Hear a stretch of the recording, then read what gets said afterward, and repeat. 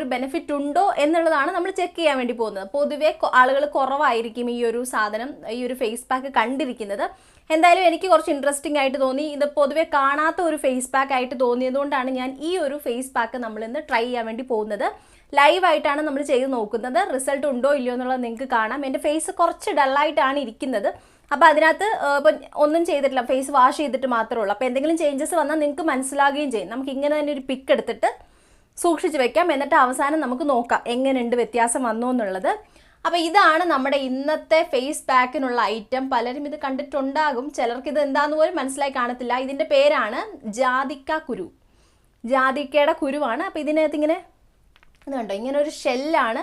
ഈ ഷെല്ലിനകത്താണ് ഇതിൻ്റെ കുരു വരുന്നത്. ഇത് പൊതുവേ നമ്മൾ ഈ വയറുവേദനയൊക്കെ വരുന്ന സമയത്ത് ഈ കടിച്ച് പൊട്ടിച്ച് കഴിക്കാനൊക്കെ തന്നിട്ടുണ്ട്. പണ്ട് ഞാൻ അങ്ങനെ കഴിച്ചതായിട്ട് ഓർക്കുന്നുണ്ട്. എന്തായാലും ഈ സാധനം കൊണ്ടാണ് നമ്മുടെ ഡാർക്ക് സ്പോട്ട് പോകുന്ന